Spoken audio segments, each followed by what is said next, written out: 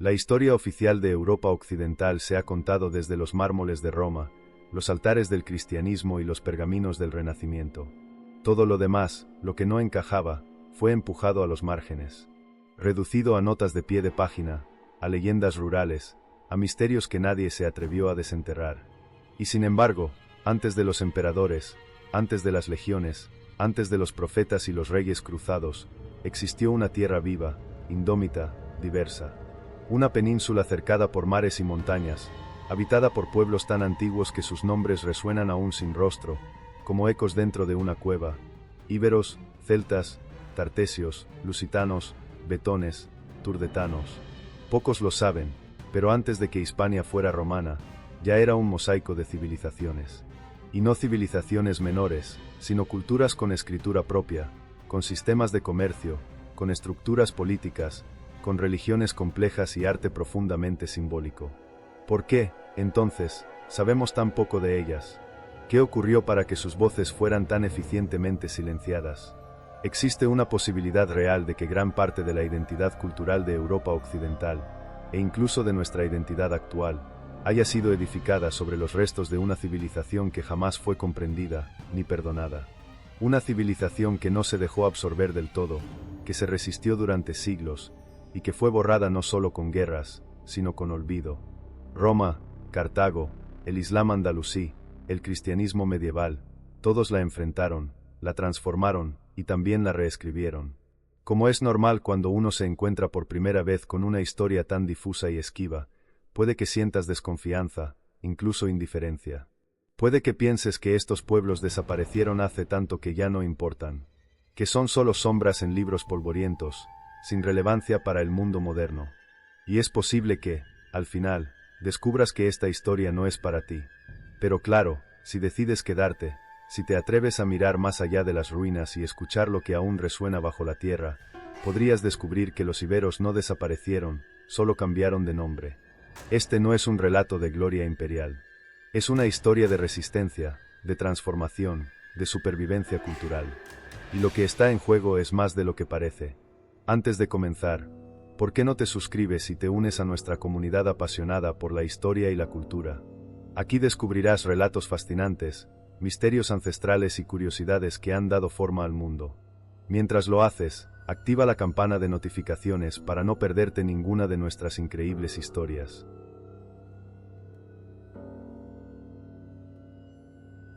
Mucho antes de que los estandartes romanos ondearan sobre las colinas de Hispania, mucho antes de que Cartago construyera fortalezas costeras o que los visigodos soñaran con un reino, la península ibérica ya vibraba con el pulso de una civilización milenaria. No era una sola, sino muchas. Fragmentadas, sí. Diversas, también. Pero unidas por algo más profundo. Una conexión viva con la tierra, con los ríos, con los ciclos, con los ancestros. Lo que hoy llamamos Iberia no fue un espacio vacío esperando ser colonizado. Fue una red compleja de pueblos que florecieron sin la necesidad de un imperio. En el sur, los tartesios ya comerciaban con los fenicios hacia el 1000 a.C., intercambiando metales, tejidos y conocimiento. Al oeste, los lusitanos comenzaban a formarse en torno a jefaturas guerreras que combinarían religión y liderazgo militar. En el levante y sureste, los íberos establecían ciudades amuralladas, con trazados urbanos, templos, necrópolis y un arte funerario que aún hoy desconcierta a los arqueólogos. Y en el interior, los pueblos célticos se expandían, trayendo consigo una cultura distinta, pero no ajena. ¿Puede una tierra albergar múltiples civilizaciones sin que una anule a la otra? Iberia fue ese experimento, un cruce de caminos, no un campo de batalla, al menos al principio. Cuando llegaron los griegos, ya encontraron puertos. Cuando llegaron los cartagineses, ya había fortalezas. Cuando llegaron los romanos, ya era tarde para descubrir. Solo quedaba conquistar. ¿Por qué, entonces, seguimos repitiendo que la historia ibérica comienza con Roma? ¿Qué hay en ese pasado anterior que resulta tan incómodo, tan difícil de aceptar? Las primeras civilizaciones de Iberia no escribieron epopeyas como los sumerios, ni levantaron pirámides como los egipcios. Pero lo que dejaron fue igual de valioso: objetos de arte profundamente simbólicos, tumbas con ajuares que revelan estratificación social, restos de murallas ciclópeas, bronces, cerámicas decoradas con una iconografía aún no del todo comprendida. Y un sistema de escritura, sí, especialmente entre los íberos y tartesios, que aún no hemos logrado descifrar del todo. ¿Qué nos están diciendo esos signos? ¿Qué mensajes siguen atrapados en piedra, esperando ser leídos por primera vez? Podrías pensar que, al no dejar grandes imperios ni nombres de reyes grabados en mármol, estos pueblos fueron menores, secundarios. Pero esa es la visión de quienes creen que la historia solo vale cuando hay conquista. Y lo que estos pueblos nos demuestran es otra cosa, que se puede construir sin aplastar, vivir sin homogenizar, resistir sin dejar de ser uno mismo. Existe una posibilidad real de que la civilización ibérica temprana haya tenido su propia forma de poder, de orden, de belleza, distinta a la que los conquistadores nos enseñaron a admirar. Una forma más descentralizada, más orgánica, más profundamente conectada con el territorio. Pero claro, si dejamos de mirar su historia como un prólogo a Roma, y la miramos como una obra completa en sí misma, podríamos comenzar a entender que Europa no fue construida desde el centro hacia la periferia, sino también desde las montañas, las costas y los valles de Iberia. Y eso cambia todo.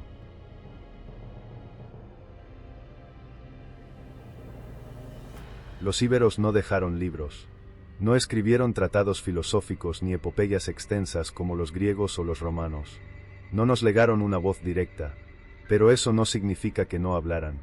De hecho, hablaron tanto, tan profundamente y en tantos niveles, que aún hoy seguimos tratando de entenderlos. Hablaron con símbolos, con estatuas, con murallas, con tumbas y con una escritura que, aunque fue tallada, pintada y grabada por toda la costa este y sur de Iberia, aún se resiste a ser descifrada. ¿Qué clase de pueblo escribe durante siglos, y deja un mensaje que nadie ha logrado comprender? Los íberos vivieron entre los siglos 7 y antes de Cristo, y su influencia abarcó desde el sur de la actual Cataluña hasta Andalucía, tocando la costa mediterránea con una cultura vibrante, profundamente original. Eran comerciantes, guerreros, artistas, místicos. Su sociedad estaba organizada en ciudades-estado, cada una con su propio sistema político, sus líderes, sus élites, y una identidad local que nunca perdió su fuerza, incluso bajo influencia extranjera. Pero es su escritura, la llamada escritura ibérica, lo que más fascina y desconcierta. Es una combinación única de signos fonéticos y silábicos, una especie de cruce entre lo que entendemos como alfabeto y silabario. Se han encontrado centenares de inscripciones, en cerámica, en estelas funerarias, en láminas de plomo, incluso en monedas. Y sin embargo, su significado profundo aún se nos escapa. Sabemos cómo suenan algunas palabras, pero no lo que dicen. Y si lo que están intentando decirnos no solo es incomprensible, sino también inaceptable para quienes luego escribieron la historia, eran hábiles artesanos. Trabajaban el bronce, el hierro, el oro. Sus espadas, como la famosa falcata, eran obras maestras de ingeniería militar. Sus esculturas funerarias, como la Dama de Elche o la Dama de Baza, no son simples objetos de arte. Son mensajes congelados en piedra, miradas vacías que parecen guardar secretos antiguos. ¿Por qué esas figuras fueron enterradas con tanto cuidado, con joyas, con ofrendas? ¿Qué papel jugaban en el tránsito hacia el otro mundo? La religión íbera era animista, ancestral, profundamente conectada con los elementos. Adoraban a dioses que no tenían forma humana, a veces representados por símbolos, por animales sagrados, por fuerzas invisibles. Y como ocurre con muchas culturas indígenas, el conocimiento espiritual estaba ligado al territorio. Una montaña no era solo una formación geológica, era una presencia, un santuario, un guardián. Y sí, al perder esa conexión espiritual con la tierra, no solo perdimos una cultura, sino también una forma de estar en el mundo. Podrías pensar que todo esto es solo un misterio sin solución, un rompecabezas sin piezas suficientes, pero los arqueólogos siguen desenterrando fragmentos, los lingüistas siguen trabajando. Los pueblos que habitan las regiones íberas aún conservan palabras, ritmos, rituales que parecen sobrevivir al tiempo. Porque hay huellas que no se borran, solo se duermen. Existe una posibilidad real de que el pueblo íbero no haya desaparecido, sino que haya sido absorbido, camuflado, silenciado. Que su espíritu siga vivo en las celebraciones locales, en las palabras que usamos sin saber de dónde vienen, en las costumbres familiares que creímos cristianas, pero que tal vez eran mucho más antiguas. Pero claro, Si algún día logramos descifrar completamente su lengua, podríamos descubrir que lo que nos tenían que decir era demasiado poderoso para ser ignorado, o demasiado peligroso para ser recordado. Los íberos no escribieron manuales. Escribieron enigmas. Y esos enigmas aún nos están hablando.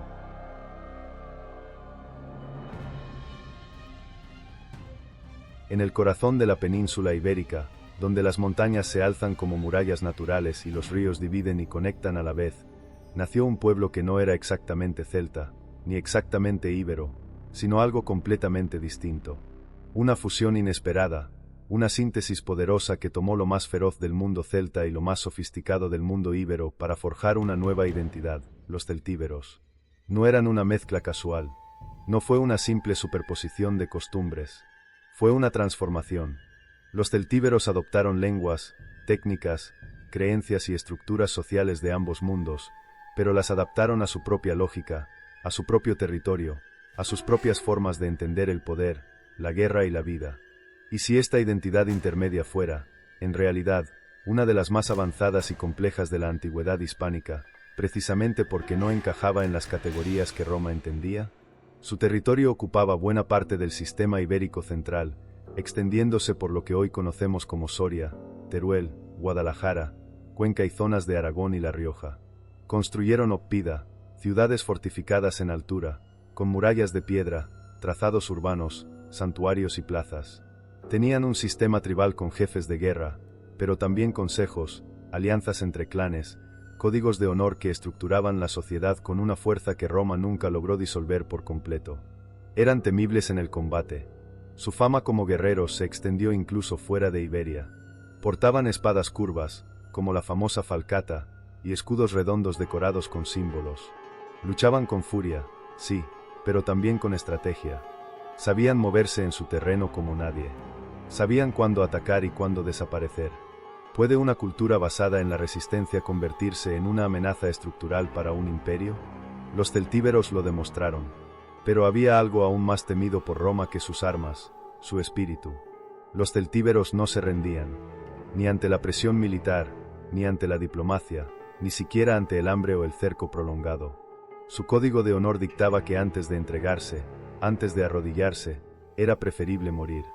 Lo vimos en Numancia, pero también en otras ciudades como Segeda y Termes.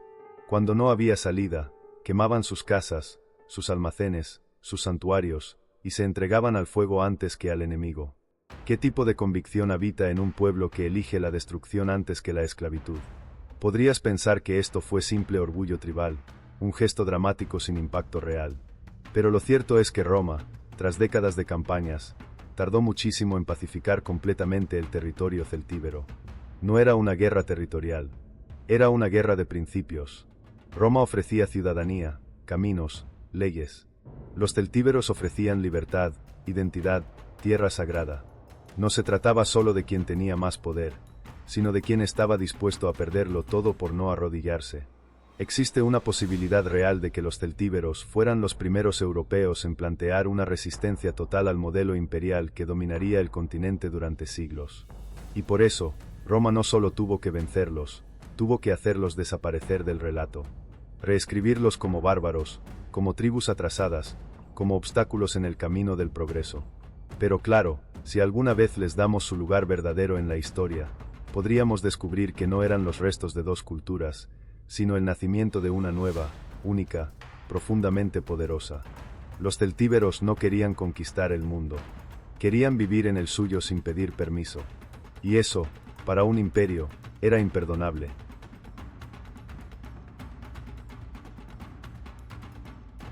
En los confines del suroeste peninsular, donde el río Guadalquivir se expande como un espejo de oro y las marismas esconden secretos bajo siglos de lodo, existió una civilización que aún hoy desconcierta a historiadores, arqueólogos y mitólogos. Su nombre resuena como un eco cargado de mito, Tartesos. Fue descrita como una tierra de riquezas incalculables, de reyes sabios, de ciudades que brillaban como el sol, y luego, repentinamente, se desvaneció. ¿Cómo desaparece una civilización que impresionó incluso a los griegos, sin dejar rastro visible? ¿Y por qué tantos la han comparado con la mismísima Atlántida?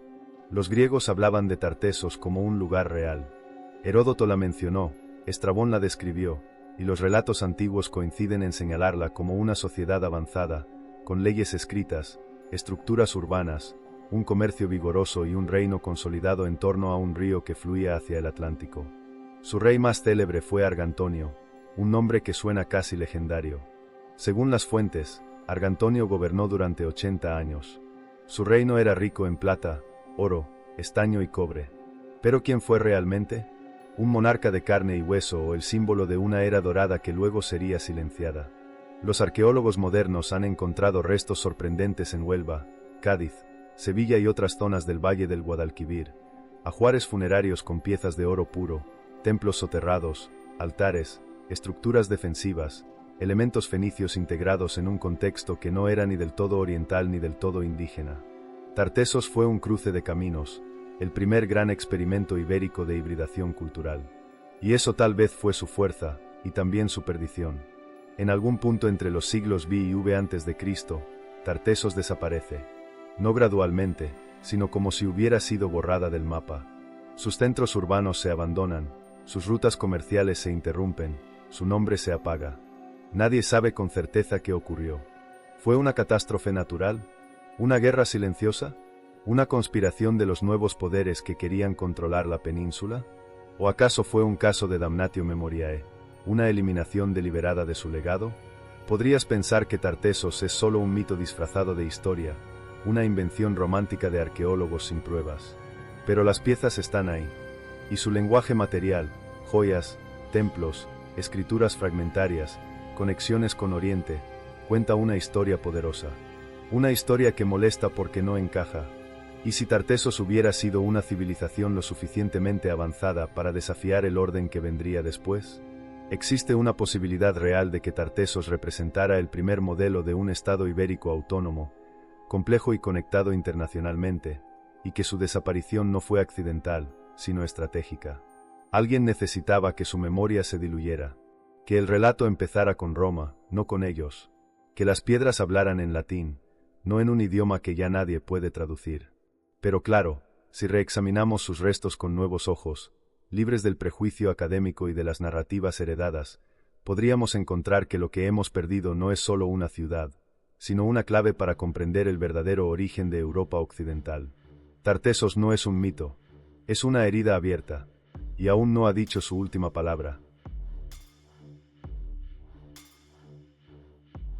Allí están, sentadas, silenciosas, inmóviles, observándonos desde un pasado que no entendemos del todo.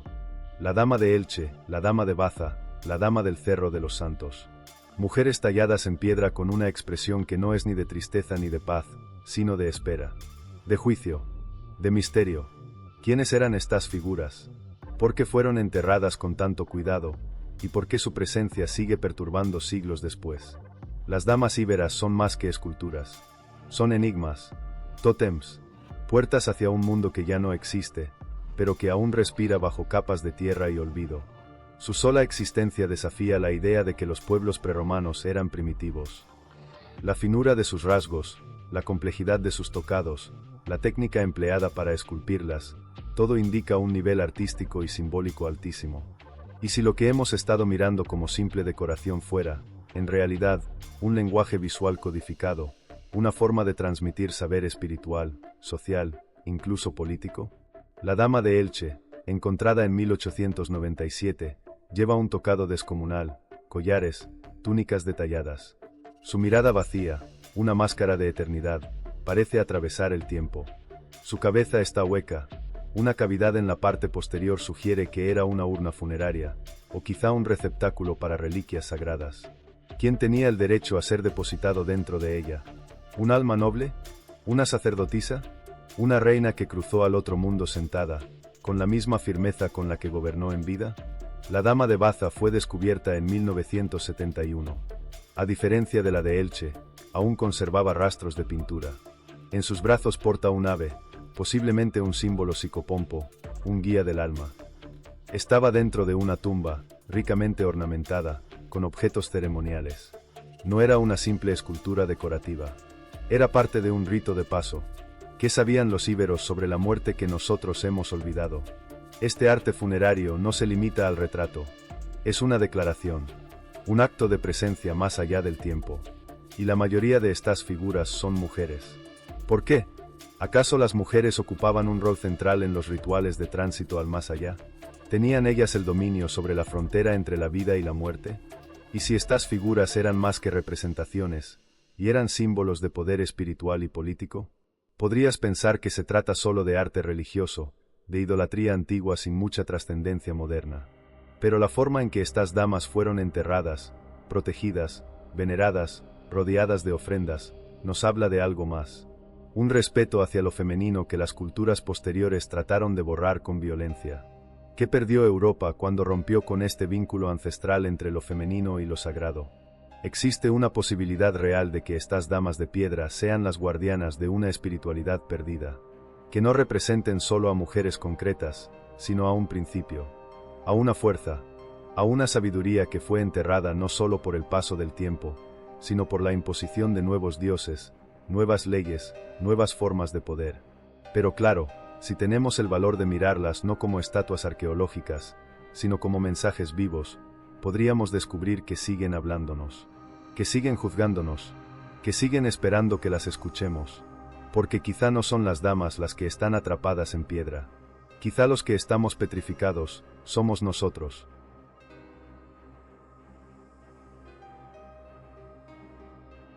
Cuando pensamos en Cartago, lo primero que viene a la mente son sus enfrentamientos épicos contra Roma, su riqueza naval, su feroz general Aníbal cruzando los Alpes con elefantes. Pero lo que muchos no saben, o no recuerdan, es que antes de mirar hacia Italia, Cartago miró hacia el oeste. Y cuando lo hizo, encontró en Iberia algo más que minerales y rutas comerciales, encontró aliados, enemigos, oportunidades, y finalmente, su propia condena. Los cartagineses no llegaron a Iberia como conquistadores inmediatos. Lo hicieron como comerciantes, herederos de los fenicios, sabían moverse entre puertos, sabían hablar en monedas, y sabían cómo insertarse en culturas sin necesidad de arrasar con todo al principio.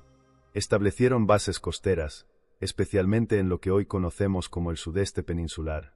Gadir, la actual Cádiz, fue uno de sus primeros puntos estratégicos. Desde ahí, se expandieron como una red, discretos, inteligentes, calculadores. Pero Iberia no era tierra virgen. Había tribus, reinos, alianzas, guerras internas. Y los cartagineses supieron jugar ese tablero como maestros. Compraron fidelidades, ofrecieron tecnología, intercambiaron armas por metales, promesas por silencio. Y si la verdadera fuerza de Cartago no estuvo en sus ejércitos, sino en su capacidad para manipular las tensiones internas de la península ibérica para su propio beneficio, durante un tiempo, funcionó. Crearon colonias, extrajeron minerales, entrenaron ejércitos iberos para luchar a su lado. Pero no todos estuvieron dispuestos a someterse a esta nueva influencia. Algunas tribus se rebelaron, otras jugaron el doble juego. La relación entre los iberos y los cartagineses osciló entre la alianza y la sospecha, entre la promesa de prosperidad y la amenaza de sometimiento. Y entonces llegó Aníbal Barca. Su familia, los bárquidas, entendieron que Iberia no era solo una fuente de recursos. Era la clave para desafiar a Roma. Por eso, convirtieron la península en su base militar. Fundaron Cartago Nova, hoy Cartagena, y desde allí comenzaron a consolidar un dominio real, no solo comercial. ¿Qué vieron en Iberia que consideraron más valioso incluso que su propia patria africana? ¿Qué sabían los cartagineses sobre este territorio que los llevó a apostarlo todo por él? Aníbal reclutó guerreros celtíberos, íberos, lusitanos. Les habló de gloria, de victoria, de venganza. Y ellos lo siguieron. Cruzaron los Pirineos, los Alpes, pelearon en Cannae, en Trasimeno, en Trebia. Iberia estaba en el corazón de la guerra más legendaria de la antigüedad, la Segunda Guerra Púnica. Podrías pensar que fue una alianza noble, una hermandad entre pueblos contra un enemigo común. Pero la verdad fue más amarga, porque cuando Cartago perdió, Iberia pagó el precio. Roma no solo venció a los cartagineses, vengó cada colaboración ibérica con ellos. Las ciudades fueron arrasadas, las tribus castigadas, las alianzas convertidas en cadenas. Existe una posibilidad real de que el vínculo entre Cartago e Iberia haya sido una de las decisiones más trascendentales y más trágicas de la historia peninsular. un intento de crear una tercera vía entre los dos grandes poderes del Mediterráneo que terminó desangrando a todos los implicados. Pero claro, si los cartagineses hubieran triunfado, si Aníbal hubiera vencido, tal vez hoy hablaríamos una lengua semítica en la península. Tal vez nuestra historia, nuestras religiones, incluso nuestros nombres serían otros. Iberia fue el escenario, pero también fue el campo de sacrificio. Y aún arde, bajo las piedras, la pregunta que nadie ha respondido. ¿A quién sirvieron realmente los iberos? En lo alto de una colina al norte de la península, en una tierra dura, fría y aparentemente aislada, se alzaba una ciudad pequeña, sin mármoles, sin templos colosales, sin ejércitos imperiales, solo murallas de piedra, casas modestas y hombres y mujeres que, durante años, resistieron al poder más temido del mundo. Esa ciudad era Numancia, y su nombre, aunque reducido por siglos a una nota de resistencia épica, es en realidad el símbolo de algo mucho más profundo, la decisión radical de no ser dominados jamás. Roma ya había logrado conquistar buena parte de Hispania. Había aplastado tribus, comprado lealtades, establecido guarniciones. Pero en el interior agreste del Alto Duero, los numantinos se negaban a ceder. No eran muchos, no tenían riqueza ni armas sofisticadas. Lo que tenían era algo que Roma nunca pudo comprender del todo, una identidad tan profundamente arraigada que preferían la aniquilación a la rendición. Durante casi 2 décadas, Roma intentó someter Numancia. Enviaron legiones, cónsules, generales condecorados. Y todos fracasaron. ¿Cómo es posible que una ciudad modesta resistiera al poder de un imperio durante tantos años? ¿Qué había en su gente que transformaba cada asedio en una humillación para Roma? Finalmente, en el año 134 a.C., Roma envió a uno de sus más brillantes estrategas, Publio Cornelio Escipión Emiliano, el mismo que había destruido Cartago. Esta vez, no buscó una victoria rápida. Escipión comprendió que Numancia no podía ser vencida por la fuerza. Tenía que ser asfixiada. Rodeó la ciudad con un anillo de fortificaciones, cortó el suministro de agua y comida, aisló completamente a sus habitantes. Lo convirtió en una cárcel sin barrotes. Y esperó. Dentro, el pueblo resistía. Día tras día, noche tras noche. Con cada semana, las reservas se agotaban. El hambre se instaló. Luego vino la enfermedad. Después, la desesperación. Y aún así, no se rindieron. Escipión esperaba una rendición, una negociación, una puerta abierta. Pero no ocurrió, porque los numantinos eligieron algo más radical. Se suicidaron, quemaron la ciudad, mataron a sus propios hijos para evitar que fueran esclavos. Se lanzaron al fuego, a la lanza, al cuchillo. Lo último que vio Roma de Numancia fue humo. Y silencio. Podrías pensar que esto fue una derrota glorificada, un acto suicida que sirvió de poco. Pero para Roma, Numancia fue una herida que nunca cicatrizó del todo. No era solo una ciudad, era una idea, una llama imposible de apagar. Incluso siglos después, durante el franquismo, durante la transición, durante debates sobre la identidad española, el nombre de Numancia vuelve. Regresa como un fantasma incómodo. Porque Numancia no fue destruida por debilidad. Fue elegida para morir libre. Existe una posibilidad real de que la historia de Numancia haya sido contada desde Roma para minimizar lo que realmente representaba. No fue simplemente una ciudad rebelde.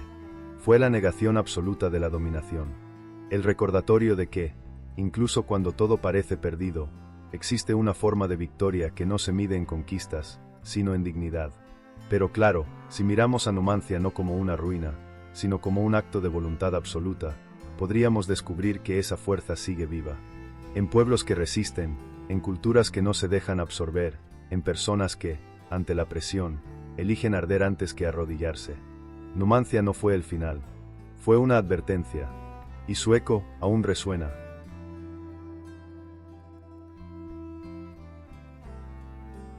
Cuando la historia la escriben los vencedores, las culturas que resisten suelen ser reducidas a polvo, a ruinas, a relatos que terminan en derrota. Así nos contaron lo ibérico. Así nos contaron que los íberos, los celtas, los tartesios, los celtíberos, fueron arrasados por Roma, disueltos en el imperio, sustituidos por el orden, por el progreso, por la ley escrita en latín. Y sin embargo, algo no encaja. Porque por más que se busque borrar una civilización, el cuerpo guarda lo que la historia niega. ¿Y si los pueblos ibéricos no desaparecieron, sino que siguen entre nosotros?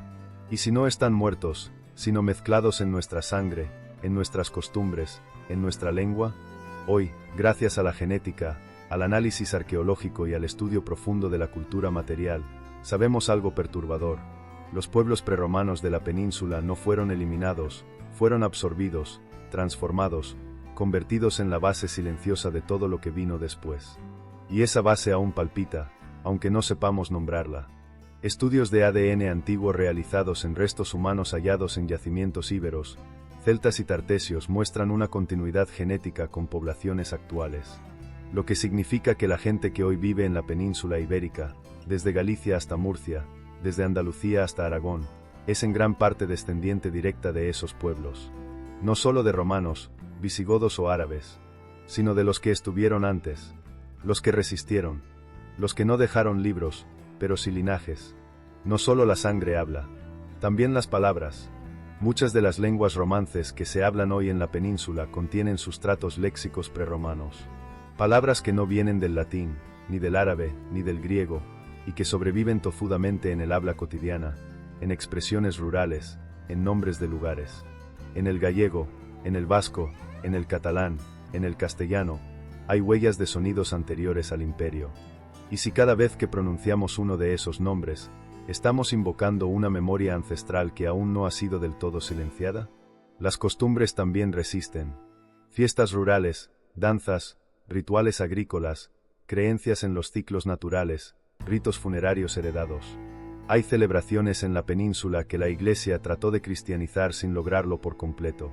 El fuego, la noche, los solsticios, las ofrendas a la tierra, las procesiones con símbolos antiguos que nadie sabe explicar, todo eso no son simples tradiciones.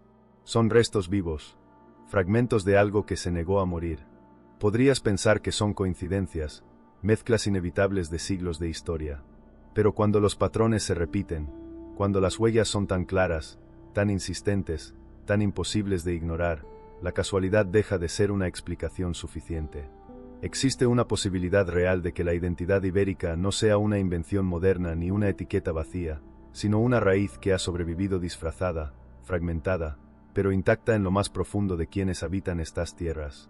Pero claro, si nos atrevemos a mirarnos no como herederos de Roma o de Castilla, sino como portadores de una historia mucho más antigua, mucho más compleja, mucho más negada, entonces algo cambia. El relato dominante se tambalea. Y la pregunta deja de ser histórica, para volverse íntima. ¿Quién eres realmente? ¿Y qué parte de ti viene de pueblos que nunca se rindieron, aunque te dijeron que sí? Porque quizá, en algún rincón de tu ADN, alguien sigue recordando cómo era el mundo antes del imperio, y está esperando a que lo escuches.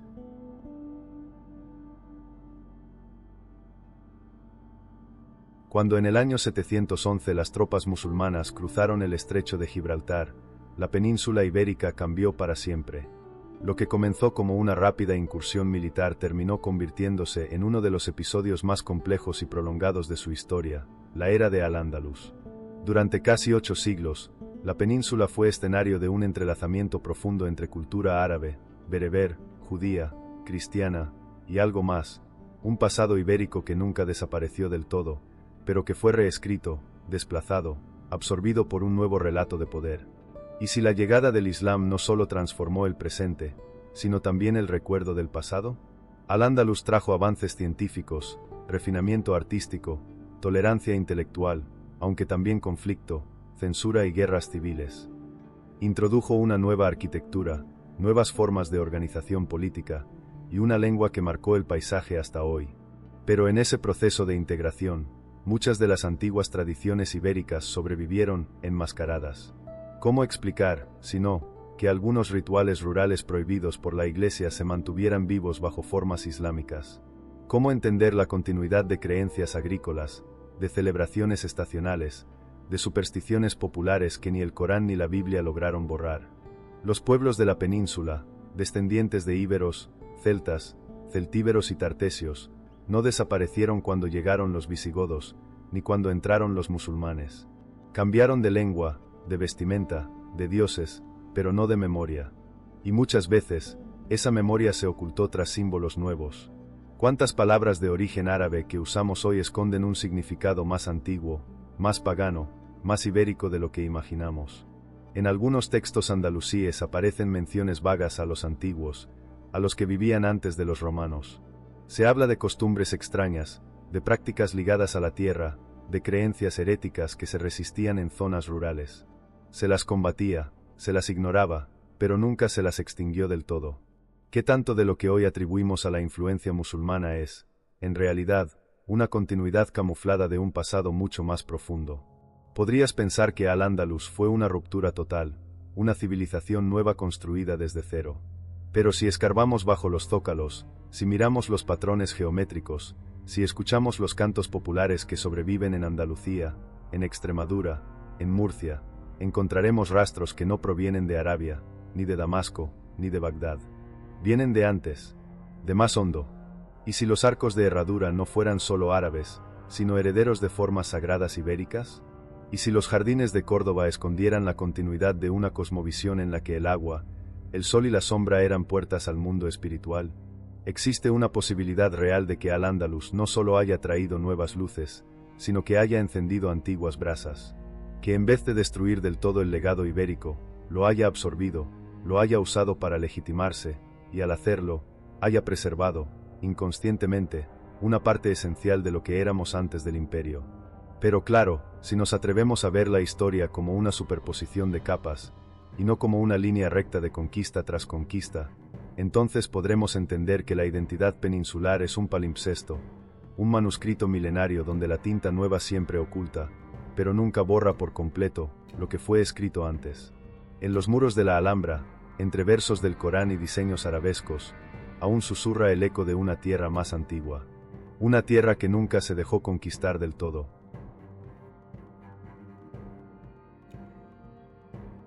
Mientras los imperios ascendían y caían, mientras los templos eran convertidos en iglesias o en mezquitas, mientras las lenguas oficiales cambiaban y los mapas se redibujaban, hubo algo que nunca dejó de existir en la península, una resistencia silenciosa. No era una rebelión armada ni un levantamiento organizado. Era algo más profundo, más íntimo, más persistente. Era una cultura que se negó a desaparecer, que se adaptó sin rendirse, que cambió de forma para seguir respirando. Era lo ibérico. No el ibérico como categoría académica, ni como referencia a una época cronológica, sino como una forma de estar en el mundo, como un pulso profundo que sigue latiendo en lo más cotidiano, en los gestos, en las canciones populares, en la forma de honrar la tierra, en las danzas rurales, en las fiestas agrícolas, en los símbolos que se repiten sin que nadie sepa explicar del todo por qué. ¿Y si todo esto que llamamos folclore no fuera un adorno colorido, sino el último refugio de una identidad ancestral? Aún hoy, en rincones de Galicia, Castilla, Andalucía, Extremadura o Aragón, sobreviven costumbres que escapan al calendario religioso o político. Fiestas donde se visten máscaras, se encienden fuegos, se baila hasta el amanecer, se lanzan invocaciones a la tierra, a los espíritus, a las estaciones. Prácticas que se repiten cada año porque así lo hacían los abuelos. Y antes que ellos, los bisabuelos. Y antes aún, los que no dejaron nombres, solo gestos. En la artesanía, en la herbolaria, en la arquitectura rural, en los nombres de ríos y montañas, en las canciones de cuna, se esconde un legado que no es ni cristiano ni musulmán, ni romano ni visigodo. Es anterior, más simple, más simbólico, más conectado con el entorno. ¿Por qué nadie enseña esto en las escuelas? ¿Por qué se ignora que en la base de la cultura peninsular hay una raíz que no pertenece a ningún imperio, sino al territorio mismo? Podrías pensar que estas son supersticiones, residuos sin valor, costumbres sin sentido. Pero si tantas de ellas han sobrevivido durante más de 2000 años, resistiendo cristianización, islamización, inquisición, guerras y globalización, ¿no será porque contienen algo esencial? Algo que ninguna conquista pudo arrancar del todo. Existe una posibilidad real de que la historia profunda de Iberia no se conserve en los archivos del poder, sino en la memoria oral, en los rituales campesinos, en las expresiones que aún se dicen sin entender su origen. Que lo verdaderamente ibérico no está en los museos, sino en la vida que persiste en los márgenes, en los pueblos pequeños, en los gestos repetidos sin explicación. Pero claro, Si elegimos mirar hacia allí, no con lástima ni con condescendencia, sino con respeto y con hambre de verdad, podríamos descubrir que ese mundo que creímos perdido sigue aquí, esperando ser reconocido, esperando ser escuchado, porque no todo se conserva en piedra. Algunas civilizaciones sobreviven en el barro, en la sangre, en la canción. Y lo ibérico nunca se fue.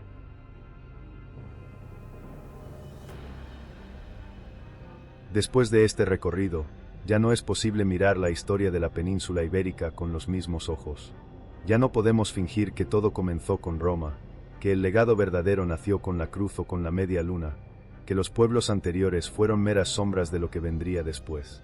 Lo que descubrimos es más inquietante y más poderoso. Una civilización fragmentada, sí, pero profundamente viva, profundamente resistente, profundamente nuestra. Porque lo ibérico no fue solo una etapa previa al imperio. Fue una forma de entender el mundo que ha sobrevivido bajo capas de imposición, de religión, de conquista, de olvido. Ha resistido sin escudos, sin bibliotecas, sin templos monumentales, pero con algo más difícil de extinguir, la memoria. La que se transmite por gestos, por canciones, por intuición, por una palabra dicha en el campo, por un símbolo tallado en una puerta, por un ritual repetido sin saber por qué. Como es normal al final de un viaje profundo, puede que te sientas incómodo, incluso desorientado. Tal vez lo que descubriste aquí no encaja con lo que te enseñaron. Quizás ahora mires con otros ojos esa estatua en un museo, ese nombre de un río, esa costumbre de tu abuela que parecía absurda pero que ahora parece sagrada. Pero claro, si decides no dar marcha atrás, si eliges seguir tirando de este hilo invisible que conecta el presente con los orígenes reales de la península, entonces habrás despertado algo que nunca debió dormirse, el reconocimiento de que pertenecemos a una historia más grande, más profunda, más silenciada y más viva de lo que imaginábamos. Lo que sobrevive en las ruinas no es polvo, es llama, y esa llama, si la tomas, si la llevas, si la compartes, puede volver a iluminar lo que otros quisieron enterrar para siempre. Los antiguos no murieron, solo estaban esperando a que alguien los recordara. Ese alguien podría ser tú.